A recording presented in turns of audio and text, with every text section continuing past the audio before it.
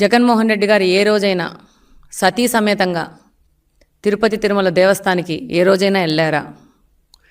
మన సాంప్రదాయంగా బ్రహ్మోత్సవాలకి దంపతులు వెళ్ళి పట్టు వస్త్రాలు ఇస్తారు.